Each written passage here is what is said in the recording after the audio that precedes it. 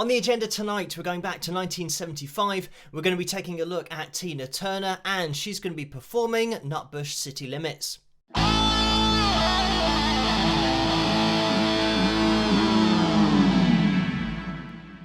Hello, Phil here from Wings of Pegasus, and welcome to another analysis video. First of all, thank you guys for all of the messages regarding this video tonight and requesting it following the sad news that Tina Turner passed away recently. What we're going to be doing is taking a look at this performance from 1975, but then after, I'd like to jump into a vocal analysis of Tina's voice and just explore why she was such a unique artist. So we'll jump into it. As always, there's a link in the description below if you guys want to watch this video independently, but we're going to watch it all the way through and then jump into the analysis after.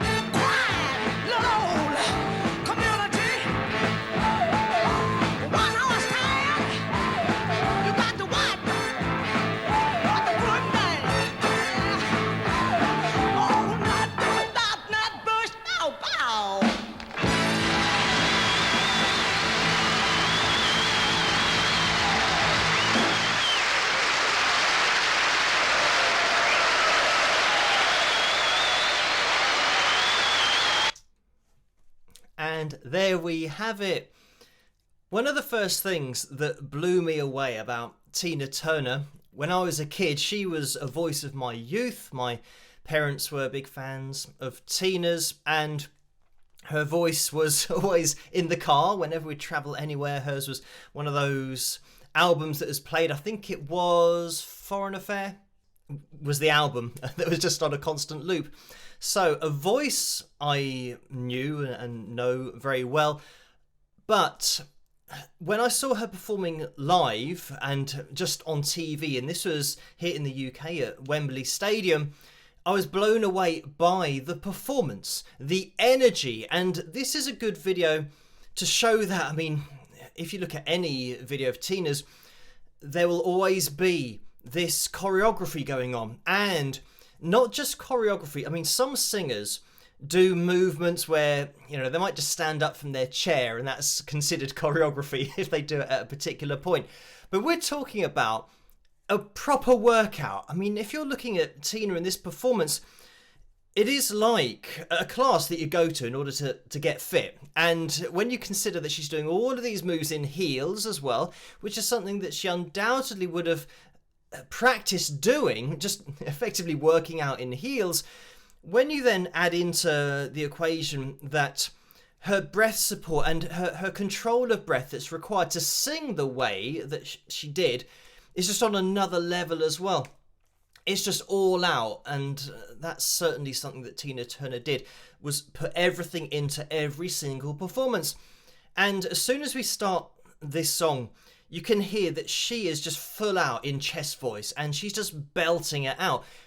And when I did the video recently on singers who have a rasp to their sound, of course Tina Turner's voice came up. It's certainly one of those voices that is unique in that sense, but it's more of a smoky kind of sound. It's a cultured sound. It's something that isn't offensive, and you can just tell that this is her natural voice, that she's not having to put this on, but it's got so much expression in there because of the way that she leans into her sound all the time. And of course she had the ability to go into a head voice sound if she wanted to, which you'll hear now and again, but for the most part she would just be belting out the top of her chest register, which just sounds great. But just looking at it in a little bit more detail, which is what I like to do on the channel, considering it is an analysis, when we get into the main choreography in this performance, it's the attention to detail that Tina has, because there's going to be no vocals during the dancing. So what she does is loosens the lock on the mic stand so that the mic now goes down to, about hip height. That's generally where they'll stop, so that you can now focus on the dancing. So she gets that mic stand out of your, not field of view, but your eye line. So now you can focus on the choreography. I mean, it's a tiny detail, but it shows you that Tina is thinking about the overall look of the performance and the choreography, making sure people can see it clearly. Let's just take this in.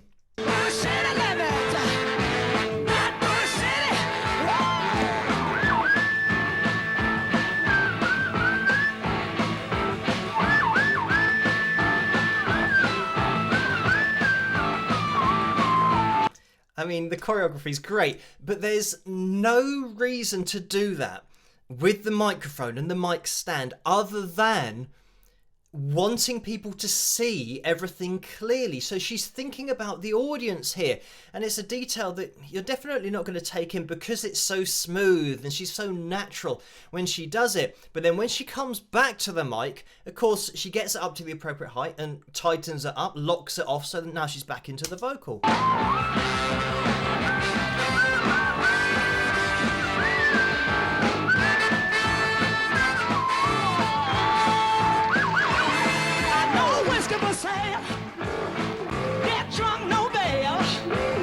And it's just so seamless, and this is it, that she was just the consummate professional, but just a top-level performer. I mean, having performed live myself, you can sometimes go to a venue where the mic stands are awful, and no matter how much you try and tighten it, it just always falls down again, or it doesn't hold the mic properly, all of those kinds of problems that you might have. But Tina is just all over it, and of course, I'm sure that she would make sure that everything is exactly as it needs to be for every performance, especially televised performances. And by the way, we're talking about a live performance here. There's no lip syncing or double track vocals, all that kind of stuff. It's just purely Tina here, and she just had a voice that could fill in so much frequency, so much of that space musically because of the tone of her voice and that smoky sound. It was just such a thick sound. When I was thinking about Tina Turner as an artist, but her voice, I was starting to think, why is it so unique? So we're going to jump into a vocal analysis now, and hopefully this is going to be all right on the copyright perspective, because I have isolated the vocals from Simply the Best so that we can listen to her voice in more detail. I've run it through the pitch monitoring software as well, just to see exactly what's going on. I call you when I need you, and my heart's on fire. You come to me wild and wild. Okay, so I'm just going to jump in here, and it's just Tina Turner's voice. It's unmistakable. The thing that I want to point out, which is rare and unique, and you only really notice it when you look at her voice in this kind of detail. Have a listen again, and then I'm going to slow it down. I call you when I need you, and my heart's on fire.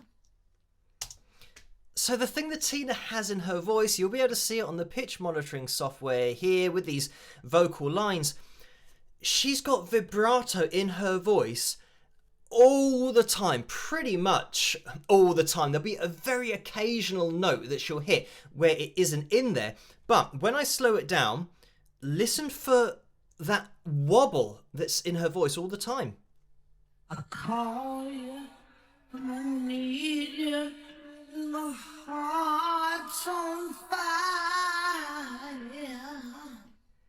It's a heart on fire. Even on that fire, I stop there because it's natural for me to stop on notes.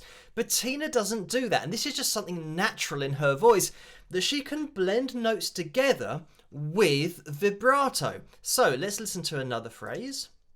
You come to me wild and wide. And now when you're aware of it, you realise, we've got the advantage of actually seeing it on the screen. So here, all these lines, normally, if you were holding a note, it would be na na na na na na na na, and it would just be a straight line. But that's not what we're getting here. Let's listen in slow motion and listen to this vibrato that's going on the whole time. You come to me wild and wide. You can hear it's a constant wobble. And if you're not really getting why I'm saying this is unique, it's because if somebody was singing this phrase, and if I was singing this phrase, I'd be going na na na na na na na na, and you probably heard at the end, I'd apply vibrato at the end of the line. But Tina's doing it all the time. So if you wanted to try and sing like Tina, which is going to be pretty much impossible, but you'd have to try and go na, and you'd have to try and have that vibrato wobble all the time. Something that is in her voice that is just in there all the time, which is going to separate it from every other voice that you hear, because this is rare. We've never really seen this to this extent in a voice. On all of the vocal analysis videos we've done, where we're looking at the pitch monitoring software, running a voice through it, there's pretty much always relatively straight lines, never directly over lines, but relatively straight lines with vibrato at the end. So having these wobbles all the time, it's great because it obviously adds that depth of understanding of why this is registering as a voice that you just know as Tina's. A huge part of that is that hint of rasp, that smoky quality that she has. Her tone sets her apart, but this intrinsic vibrato that's happening all the time sets her apart as well. Let's listen on. You come to me. Even there going, a straight hum would be like that, but she's kind of got this, she's already got vibrato in her hum. I could literally slow down this whole song, or at least the vocal take for this whole song, and you'd notice it the whole way through. You come to me. You can hear that wobble all the time. You'll never see a straight line or even a straightish line from Tina. I can just fast forward the whole way through, and look, you're just going to see this all the time. Let's just have a listen. Speak the language of love like you know what it means. And it's this blending from... She's kind of got this all the way through it. It's so unique because she's sometimes leaning into her sound, therefore getting a little bit more of that smoky sound. She's then sometimes taking it down dynamically, but she still has that sound to her voice. But this vibrato is the constant. No matter how she's leaning on her diaphragm or getting lighter with it, she's always got this in there, which if you were trying to do this, it would sound contrived because you're trying to imitate this sound, because she's doing it naturally. That's why it's going to be pretty much impossible to imitate. I'd say that anybody that's maybe working as a Tina Turner tribute artist or a singer who is going out and putting on performances, they will have this in their voice. And I'm not sure that they would have actually worked to this, or they know that this is going on, but their sound vocally that they have naturally will have vibrato in there, because you can't sound like Tina Turner without having this. When we don't have vibrato, it's just a little bit of expression, or where Tina is going from one note to the next, and it might be quite a long slide, either up or down, which would sound a little bit weird if you did have vibrato in there, because it'd be like kind of it'd be like you're falling downstairs or something. But let's just have a listen on. It can't be wrong. Again, and that's probably a better example of that hum with vibrato. She's already got it in there, and it's just instant. I think a lot of singers, even if they were humming, they'd go, they'd start on the note and then vibrato, going straight in with even trying to do it. You've really got to concentrate on going, on trying to make the note a part of vibrato before you've even really established the note. So yeah, this is why it is so unique. Take my heart and make it strong. There we go, Take My Heart. That was a little bit straighter, because then we had a slide down. Take my heart. Yeah, take my heart, and then into it. There's actually a hint of it on Take My Heart as well, but I mean, it's great that we have the technology now to look at her voice in this kind of detail, having the vocal ability. It's one thing to put on a show and then be a mediocre singer, but then it's a whole nother thing to put on a show at the kind of level Tina did, but then have the vocal that is flawless and exactly like the album. That's the other thing, that when she performed live, her vocals were just spot on, and when she was in the studio, it would just be her singing into a microphone, so you just got what you heard, on your album, but live, because she just had that ability to produce it night after night. And it isn't as if she started to lose her voice because she was trying to put on her smoky, raspy sound. It's just a natural sound. It's her natural voice. So her voice is unique, but just everything about her, the way that she approached her music, the show, and herself as an artist was unique. I'm just going to throw in here my fact about this song, Simply the Best, and the saxophone solo played by Edgar Winter. If you haven't seen the official video, then you won't see him playing it, and you might not know that he did the solo, but what a great solo it is. And just addressing songs and songwriting, because a lot of singers don't get involved with the songs, but they sing the songs. But Tina was certainly one of those who got involved, and Nutbush City Limits, for example, was one of those that Tina co-wrote. So especially in the 70s, she had a lot of songs that she was directly involved with. So you can throw in there that songwriting ability as another ability that she had. And I always say about artists having a wide skill set, being able to do many things, and Tina Turner was definitely one of those who could do so many things. It was musically credible at the same time as being really entertaining, and like I said, those two things often don't go hand in hand. You have one or the other. So when an artist does it to this kind of level and raises the bar, sets the standard, it's not always the case that just by dancing a bit it now makes the music great.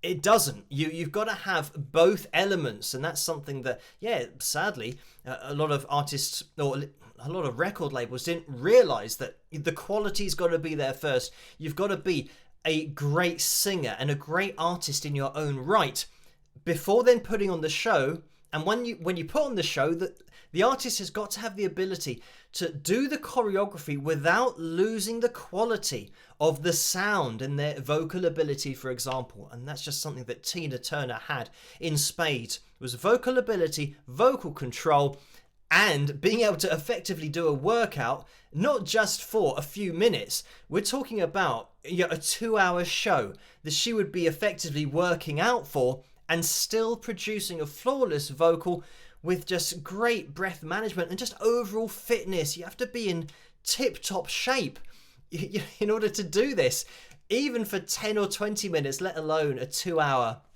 gig and a 2-hour show, which is really what it was. If you weren't looking at the show, you just think, wow, this is just a great vocal performance. And then you look at it and think, how is she doing that at the same time as all of this choreography? So yeah, just on a totally different level. But thank you guys for requesting this video for tonight. I hope you have enjoyed it, and I'll catch you guys at the next one.